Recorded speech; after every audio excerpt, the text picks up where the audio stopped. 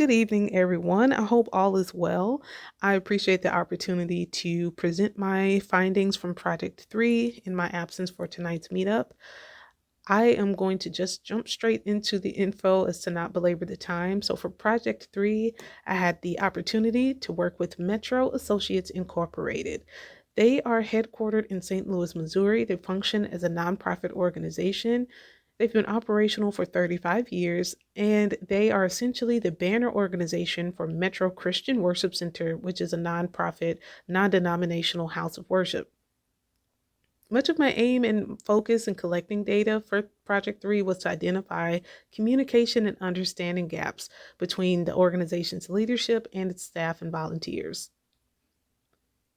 In order to gain better insight into these two areas, I utilized the self-assessment tool, and that was distributed to respondees utilizing Google Forms. So let's jump into the findings for the organization.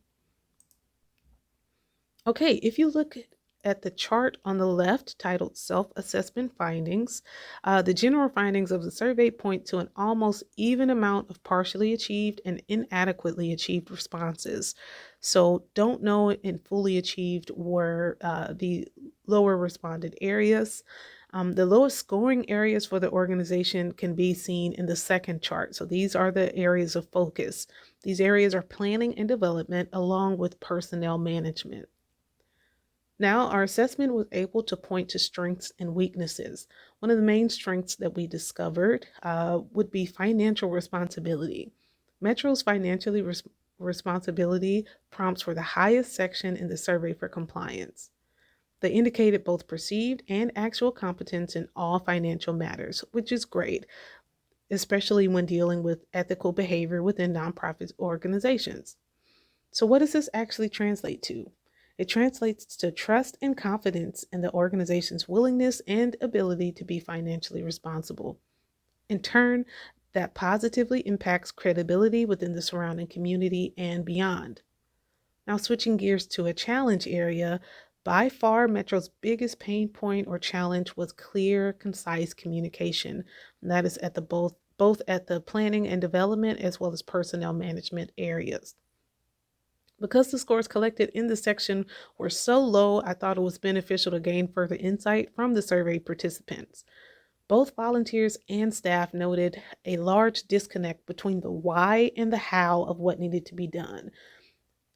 So they were aware of what needed to be done. They had their tasks that were assigned to them, but they were more unclear about why certain tasks needed to be accomplished, and even further, what impact these tasks had on the proverbial bottom line, excuse me. So, in light of this, my recommendations were centered around addressing the communication gap within the organization, which I was hoping and still hope would create a sense of belonging for the volunteers and staff.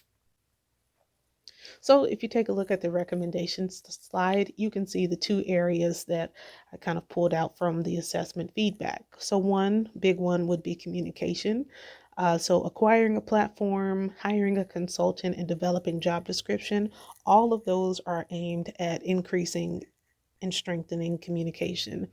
On the planning and development end, having clear frameworks and processes for project completion would also foster a sense of belonging and increase efficiency for the organization. Again, thank you so much for your time. If you have any questions, feel free to reach out.